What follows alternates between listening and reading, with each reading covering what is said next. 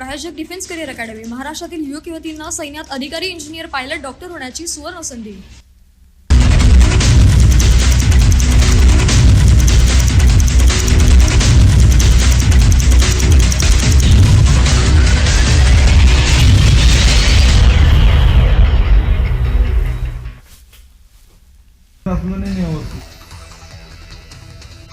गायब झालेल्या थंडीचा पुन्हा एकदा जोर वाढल्याने येवला शहरात परिसरामध्ये थंडीचा तडाखा दिवसेंदिवस वाढतोय। अक्षरशः थंडीपासून बचाव करण्यासाठी ठिकठिकाणी शेकोट्या पेटल्याचं पाहायला मिळतंय। पडलेल्या थंडीचा फायदा गहू, हरभरा पिकांना होणार आहे, तरी देखील याचा फटका हा द्राक्षाला बसणार आहे।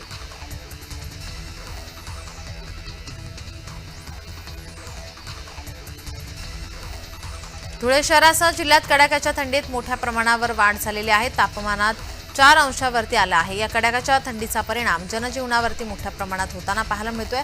कृषी उत्पन्न बाजार समितीत देखील भाजीपाला खरेदी करण्याकडे ग्राहकांनी पाठ फिरवली आहे। व्यापाऱ्यांसह विक्रेत्यांचे देखील नुकसान होत आहे। तसेच वाढत्या कडाक्याच्या थंडीमुळे भाजीपाल्यांचे भाव देखील घसरले आहेत।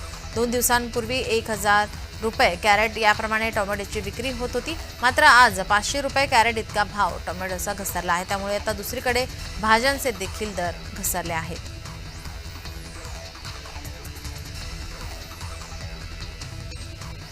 थंडीचा कडाका वाढत असल्याने नाशिक मनपा हद्दीतील शाळा 1 तास उशिरा भरणार आहे। महापालिका शिक्षण विभागाने निर्णय घेतलेला आहे। मनपाच्या शाळा 7 ऐवजी 8 वाजता भरणार आहे। शहरामध्ये गेल्या काही दिवसांपासून तापमानाचा पारा घसरत आहे। लहान मुलांच्या आरोग्यावर परिणाम होऊ नये यासाठी मनपाने निर्णय घेतलाय।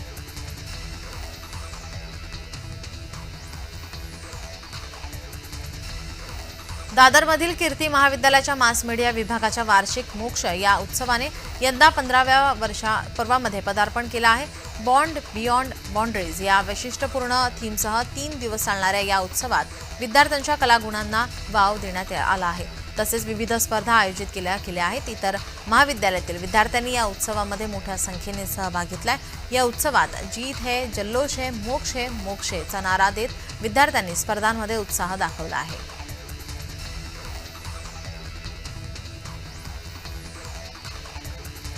अंबाजोगाई येथील स्वामी रामानंद तीर्थ रुग्णालयात बनावट औषधींचा पुरवठा करणाऱ्या कोल्हापूरच्या विशाल एंटरप्राइजेस छत्रपती संभाजीनगरमधील शासकीय वैद्यकीय महाविद्यालय आणि रुग्णालयात तब्बल 33 प्रकारच्या औषधींचा पुरवठा केल्याची माहिती समोर आली आहे। रुग्णालय प्रशासनाने या सर्व औषधींचा वापर तातडीने थांबवावा। या औषधीची आता औषधी प्रशासनाकडून तपासणी केली जाणार आहे। घाटी रुग्णालयात जवळपास वर्षभरापूर्वी विशाल एंटरप्राइजेसने 33 प्रकारच्या औषधींचा पुरवठा केला। आज घडीला जवळपास महिनाभराचा औषध साठा असल्याची माहिती रुग्णालय प्रशासनाने दिली आहे। आता औषध प्रशासनाकडून तपासणी होणार असून अहवाल आल्यानंतरच ही औषधे खरी आहेत की बनावट आहेत हे स्पष्ट होईल।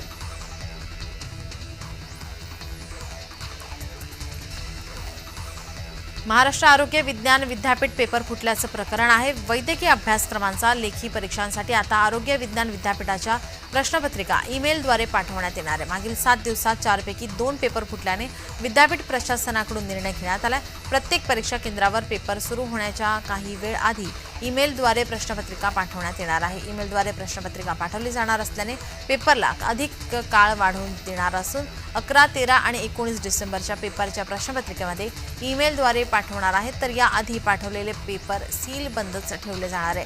पेपर फुटीचे प्रकरण रोखण्यासाठी खबरदारीचा उपाय म्हणून विद्यापीठ प्रशासनाकडून निर्णय घेण्यात आला आहे।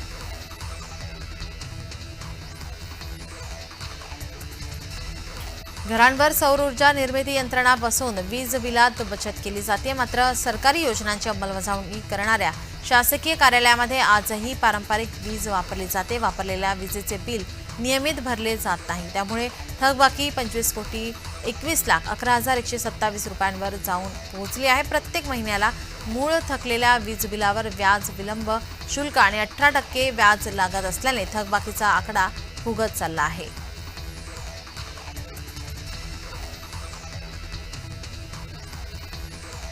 संभाजीनगरमध्ये नशेच्या औषधींची विक्री करणाऱ्या तिघांना विशेष पथकाने अटक केली आहे। 56,950 रुपयांचा मुद्देमाल जप्त केलाय।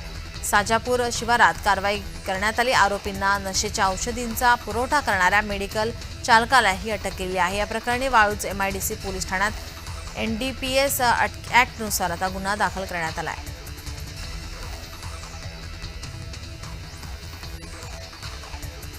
लाडकी बहीण योजनेत पुणे जिल्ह्यामध्ये आतापर्यंत 10,000 बहिणी अपात्र ठरवण्यात आल्या आहेत. विधानसभा निवडणुकीची आचारसंहिता संपल्याने लाडकी बहीण योजनेतील प्रलंबित अर्जांची छाननी सुरू झाली आहे. जिल्ह्यातील 20,84,000 अर्जदारांना योजनेचा लाभ झाल्याची महिला बालकल्याण विभागाने माहिती दिली आहे. योजनेसाठी 15 ऑक्टोबरपर्यंत जिल्ह्यातून 21 लाखांहून अधिक अर्ज दाखल झाले आहेत. आतापर्यंत 9,814 अर्ज त्रुटीमुळे अपात्र ठरलेत, तर 5,814 अर्जांमध्ये किरकोळ त्रुटी सापडल्याने तात्पुरते नाकारण्यात आले आहे.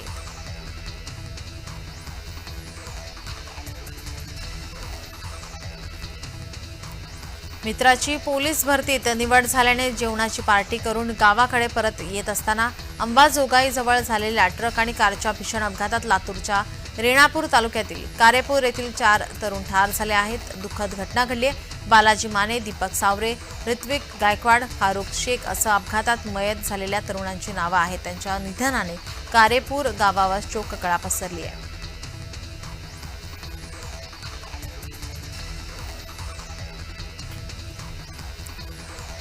घरकुल गेले चोरीला असं म्हणत अन्नत्याग आंदोलनाला सुरुवात झाली आहे. अकोल्यातल्या पातूर तालुक्यातील काही गावात देण्यात आलेल्या घरकुलाची चौकशी करून अहवाल द्या, कारण मोठ्या प्रमाणात घरकुल चोरीला गेले. कित्येकांचे लिस्टमध्ये नावच नाही, तरीही अशा घरकुलाचा लाभ मिळावा असा आरोप करत विजय ताले आणि राज नारायण कांबळे यांनी पातूर पंचायत समिती समोर अन्नत्याग उपोषण सुरू केलं. उपोषणाचा 3रा दिवस आहे. त्यांची प्रकृती काहीशी खालावली आहे.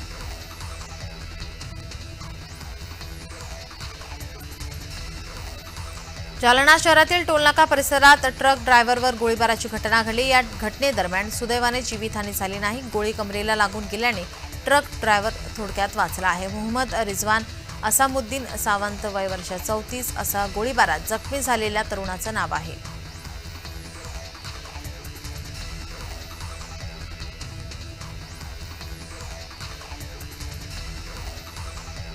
वर्ध्याच्या वाघोली इथल्या जिल्हा परिषद शाळेत जेवणाच्या दरम्यान मटकी खिचडीतून 44 विद्यार्थ्यांना विषबाधा झाल्याने पालकांमध्ये खळबळ उडाली. विद्यार्थ्यांना ताप, हगवण आणि उलट्या व्हायला सुरुवात झाल्याने सदर प्रकार उघडकीस आला. विषबाधा झालेल्या 44 विद्यार्थ्यांना हिंगणघाटाच्या उपजिल्हा रुग्णालयामध्ये उपचारार्थ दाखल करण्यात आले. यामध्ये 32 मुलं, 5 मुलींचा समावेश आहे. 7 विद्यार्थ्यांना उपचार करण्यात आल्यानंतर त्यांना घरी सोडण्यात आले.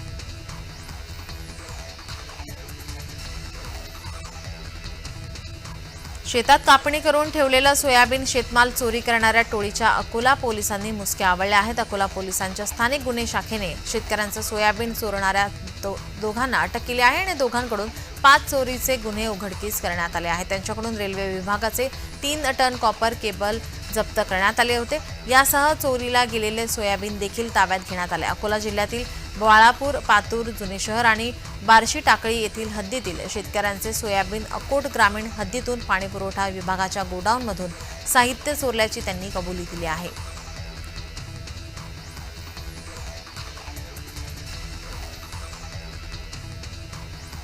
गोंदियामध्ये थंडीचा जोर वाढलेला पाहायला मिळतोय. अनेक ठिकाणी शेकोटा पेटलेला आहे, तर काही ठिकाणी आता उबदार कपड्यांसाठी मागणी वाढताना पाहायला मिळते.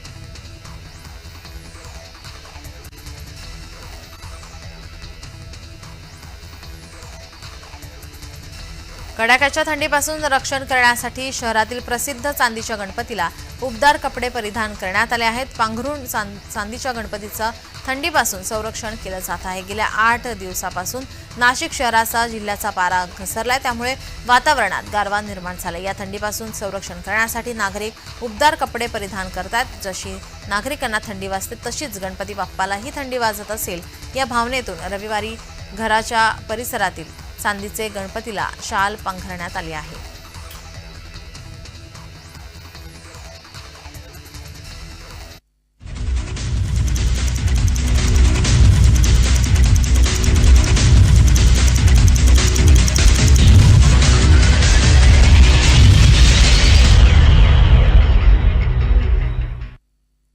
प्रायोजक डिफेन्स करिअर अकॅडमी महाराष्ट्रातील युवक युवतींना सैन्यात अधिकारी, इंजिनियर, पायलट, डॉक्टर होण्याची सुवर्ण संधी.